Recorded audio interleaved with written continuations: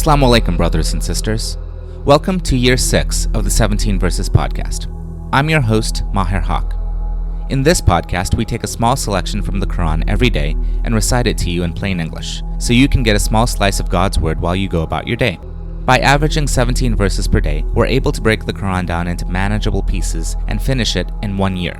If you enjoy the podcast, please help spread the word. Tell your friends and family, subscribe in iTunes or Stitcher or wherever you get your podcasts, and write us a review. Show notes and a text episode can be found at 17verses.com. That's the numbers 17verses.com.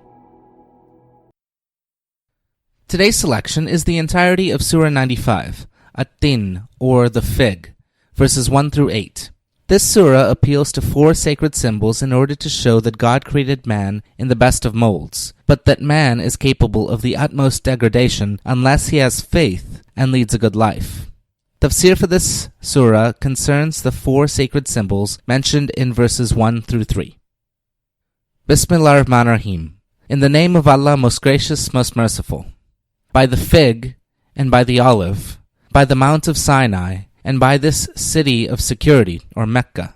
We have indeed created man in the best of molds. Then do we abase him to be the lowest of the low, except those who believe and do good deeds, for they shall have a never-ending reward. So what causes them to disbelieve you concerning the day of judgment? Is not Allah the best of all judges? Ameen. Now, concerning the 4 sacred symbols, the fig, the olive, Mount Sinai, and Mecca itself, mentioned in verses 1 through 3.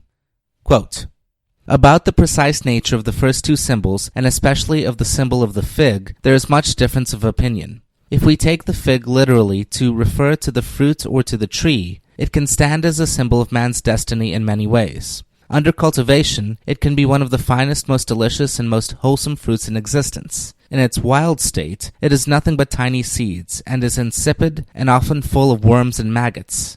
So a man at his best has a noble destiny. At his worst, he is the lowest of the low. Christ is said to have cursed a fig tree for having only leaves and not producing fruit, enforcing the same lesson, in the book of Matthew, chapter 21, verses 18 through 29. There is also a parable of the fig tree in the book of Matthew, chapter 29, verses 32 through 35. And you can also see the parable of the good and evil figs in the book of Jeremiah, chapter 24, verses 1 through 10. Next, the olive. It is possible that the olive here refers to the Mount of Olives just outside the walls of the city of Jerusalem, for this is the scene in the Gospels of Christ's description of the judgment to come in the book of Matthew, chapter 24, verses 3 through 4. Next, Mount Sinai. Mount Sinai was the mountain on which the law was given to Moses. The law was given and the glory of God was made visible. And finally, Mecca. This city of security is undoubtedly Mecca. Even in pagan times, its sacred character was respected, and no fighting was allowed in its territory. But the same city, with all its sacred associations, persecuted the greatest of the prophets, and gave itself up for a time to idolatry and sin, thus presenting the contrast of the best and the worst. Unquote. Thank you.